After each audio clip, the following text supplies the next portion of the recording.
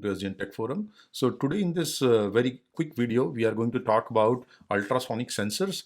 And ultrasonic sensors are basically used to measure a distance, right? It has many application in industry, home IoT, plus automobile. These are heavily used in automobile.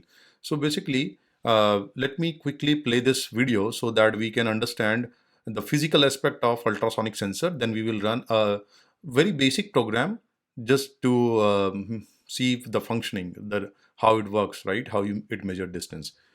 Because these are primary or a beginner IoT videos, we are familiarizing ourselves with various type of sensors and actuators. Last video you saw, we use a camera, and then as we progress, we will try to build something meaningful in our advanced videos. All right, so let me quickly play this.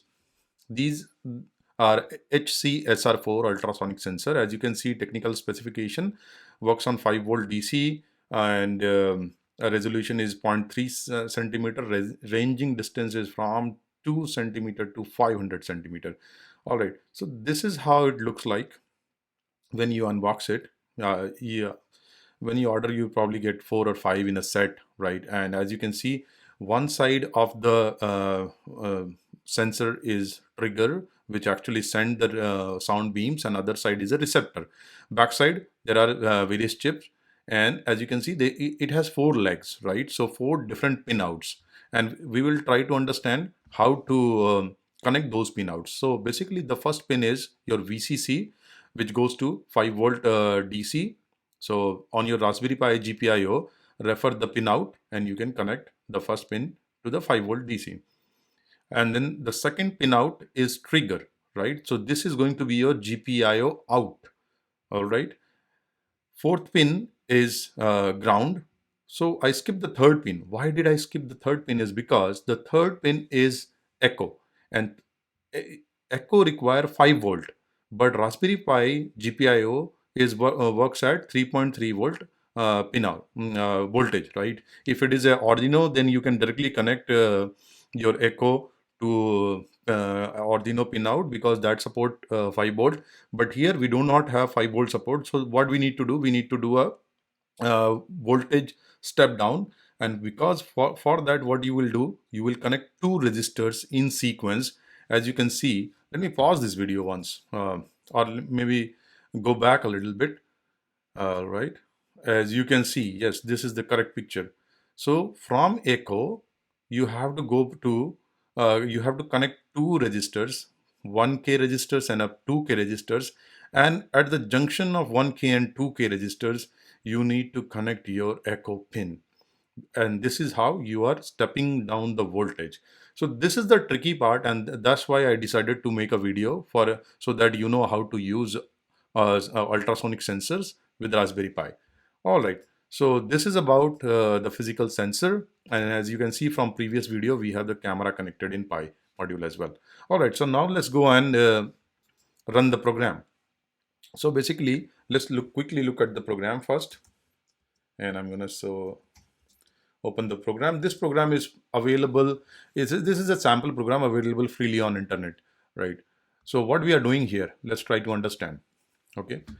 Uh, Simply just like previously, we are importing RPI, GPIO as GPIO. We are importing time because we are going to use time function to sleep and wake up. Again, GPIO set mode is BCM. So we are using GPIO pin number, not the physical board pin number. 2 pinouts. One is 2 GPIO pinouts we are using. For trigger, this is GPIO 21 I'm using, and for echo, I'm using GPIO 20. All right.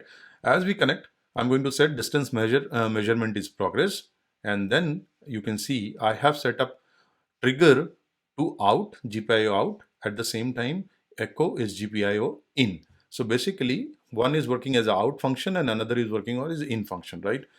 Because sender and receiver kind of thing is happening here. Okay. So while true, GPIO to output, waiting for sensor to settle, sleep for 2 seconds, and as soon as trigger gets true, okay, sleep, and then again on and off function I'm doing here. And the same thing what we are doing with the echo, we will simply start the pulse start as trigger wakes up, and as trigger sleeps, we will stop it. So pulse start, pulse end, and this is going to be our pulse duration. And there is some mathematics behind it, because you try to calculate the measure distance, and distance, speed of sound functions, and all those things are here. So basically, we will not go into the math. We are just focused on how to use this, how to connect it in breadboard, and how to use it, right? So I'll not go into math functions. It is available on internet. So now let's run the program quickly. Okay, I'm gonna say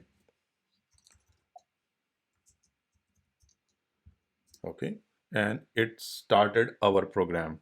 All right, so what I will do now, as it start measuring the distance, okay, we will fluctuate the distance using a obstacle. So I'm going to keep it a little bit far. I'm sorry you cannot see this, but as I start bringing it closer, it should go all the way down to as low as like 4 or 5 centimeter. So I'm continue bringing it slowly. I'm bringing it close to the sonar. Okay, as you can see, distance is decreasing. All right,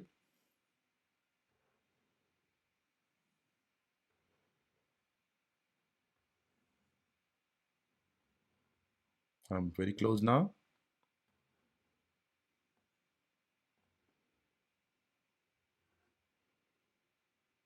Okay, I'm keeping it just next to it. Let's see how low we can go. Okay, 2 centimeter. That was the specification, right? Now let me push it back all the way here. You see, distance has increased. So this is how basically you are going to use your sonar. If you are using some project, and you have to measure distance, and based on that you are going to do some action. So this is your sensor to go. All right. So I'll see you in next video. Thank you.